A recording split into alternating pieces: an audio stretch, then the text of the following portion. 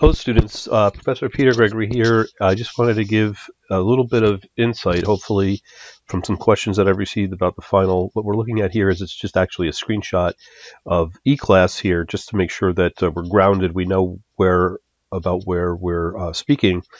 So when you go into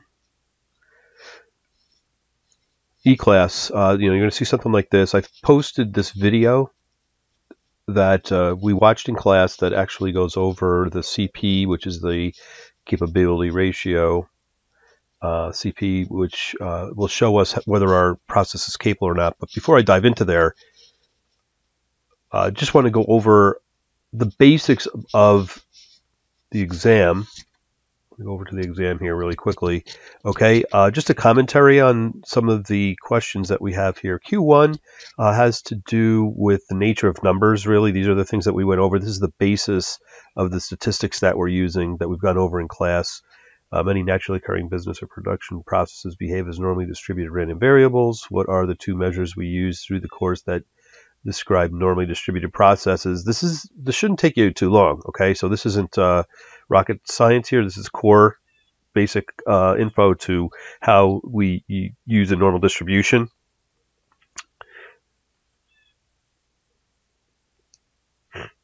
The next problem here, I just drew the normal distribution so you can think about it here. You can look this up in the book. You can understand that when we talk about and discuss normal distributions, such that we're looking at right here, we get into the pattern of using integer values for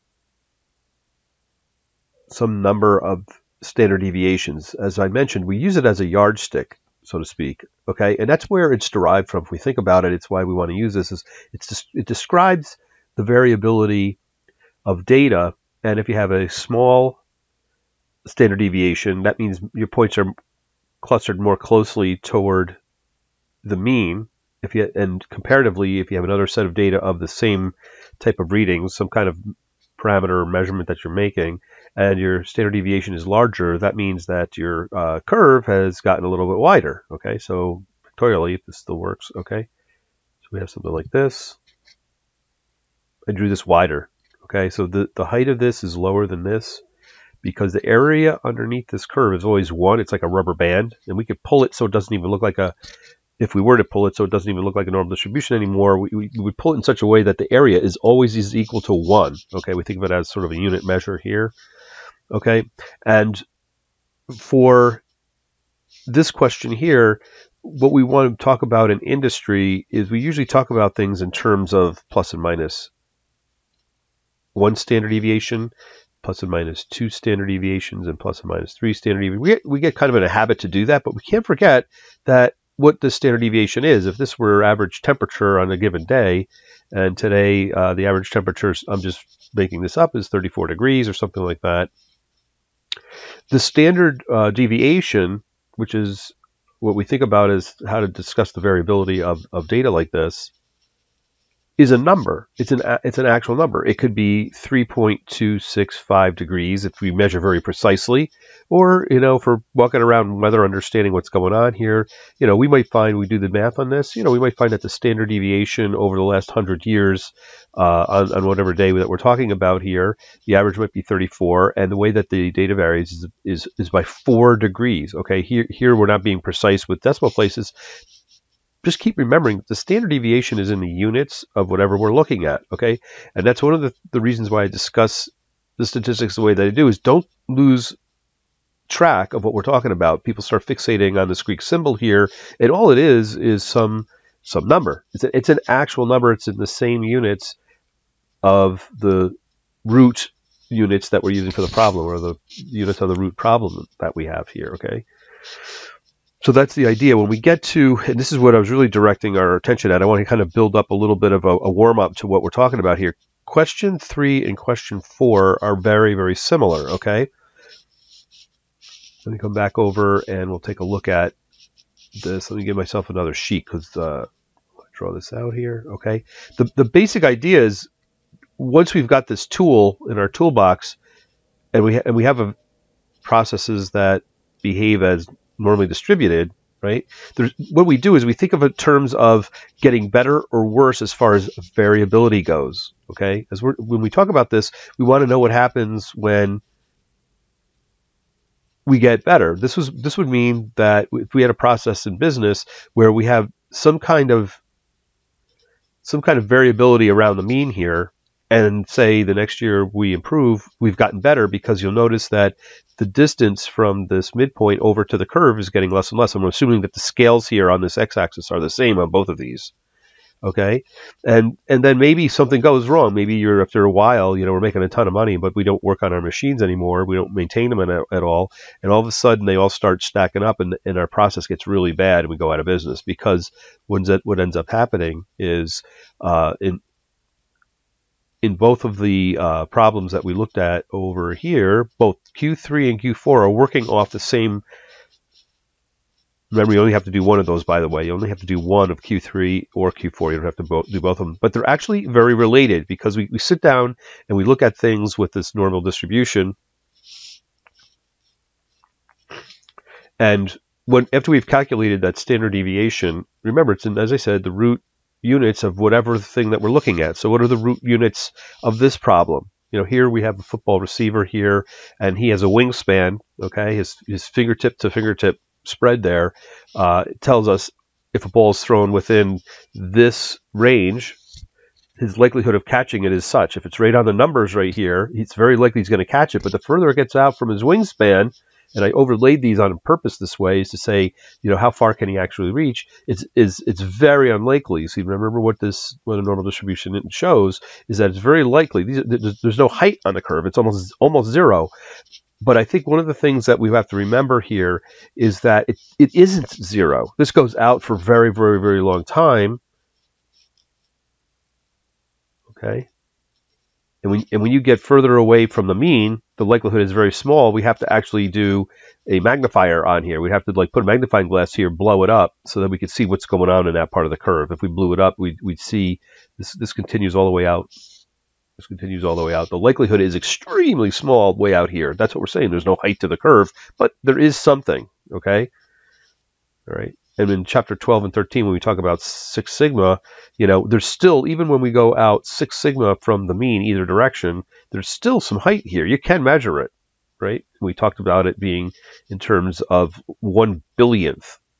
1/billionth of the area of the entire curve, but that's how far out we can go, and it still makes a difference. We're still dealing with real world type processes way out at 6 sigma. It's just that what we see normally when we draw this is roughly about 3 sigma wide is what we can see. Well, it's 3 by 3. It's -3 to +3, and that makes it 6 sigma. Okay, so if I go back to the other page here, just the cover sheet on the video is showing us the equation for one of those two measures, which are extremely related. Okay, when we go back to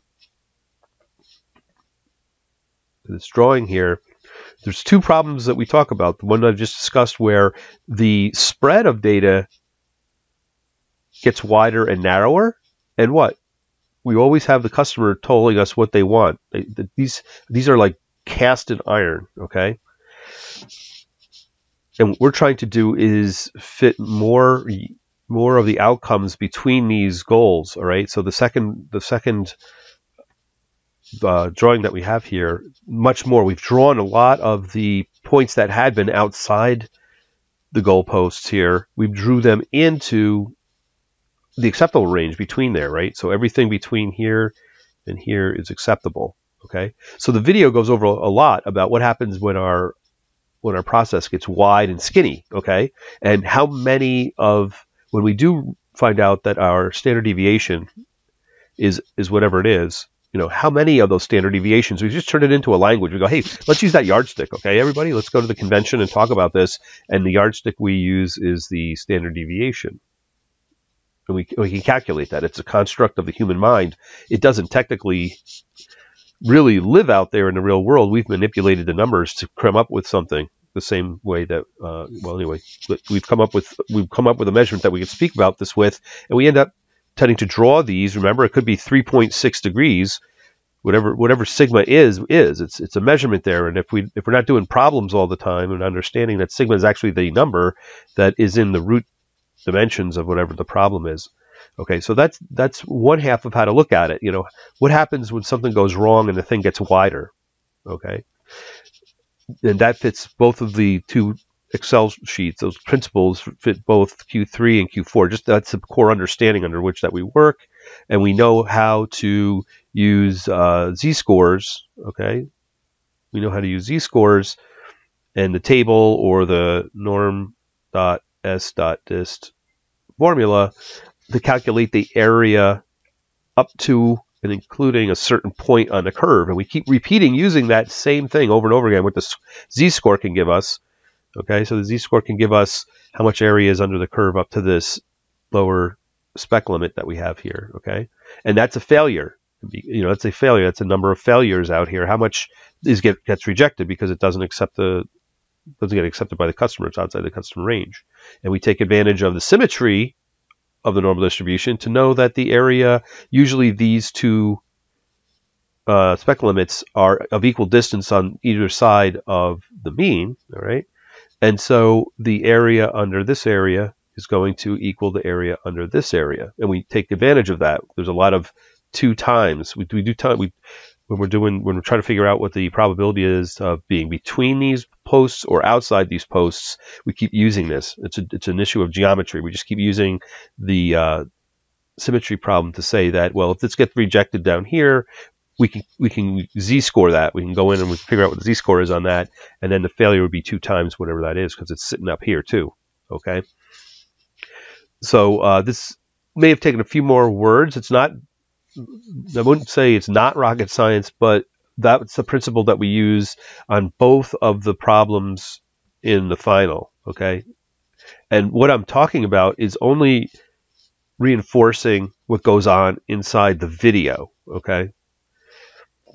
Now, the other aspect of which we're talking has to do with the 2 things that can happen is this can get wider and narrower, and then from the video, the other thing that can happen is that the entire set of data can slide around. Okay, and that's when we get to the CPK, the index. Okay.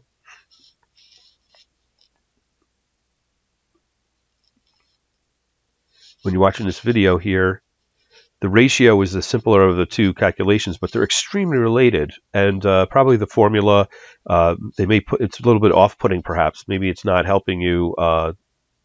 You have to understand, you have to memorize or use the nomenclature, but the principles are there. That if I come back to this page here, sorry I'm flitting around there, you're probably driving your eyes crazy a little bit here.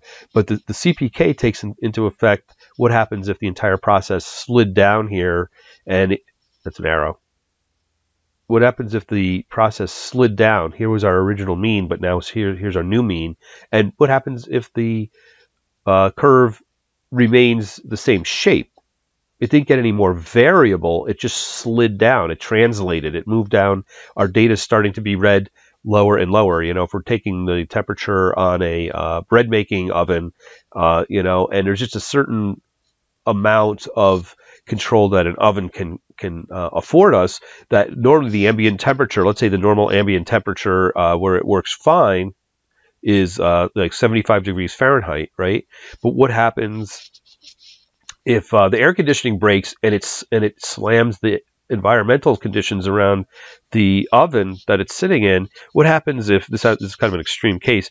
What happens if the air conditioning breaks, or during the winter the heating breaks? Is a better idea here. So during the winter the heating in the building goes out. All right, there's a power shortage, but you have generators that are generating the electricity for the ovens.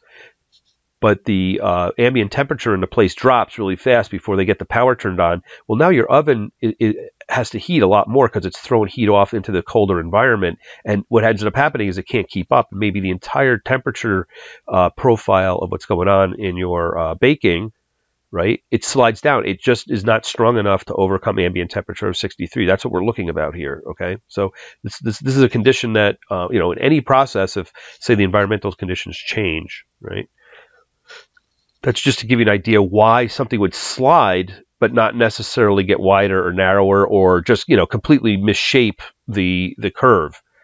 So we tried to limit our cases to just those two things, where it symmetrically, for some reason that's built into the process, it either improves or degrades over time from the width, but it doesn't really deform the shapes. You have to imagine that when I draw these crooked lines here, these are actually ideal shapes to the normally distributed data here. Okay, so I drew this crooked, but you have to imagine that this is ideal data. It fits the curve perfectly. Okay, so I hope that helps a little bit, just to get you coasting on those two questions, which would be Q3 and Q4. They both work about the same thing, and they both have discussions about what happens when something goes wrong.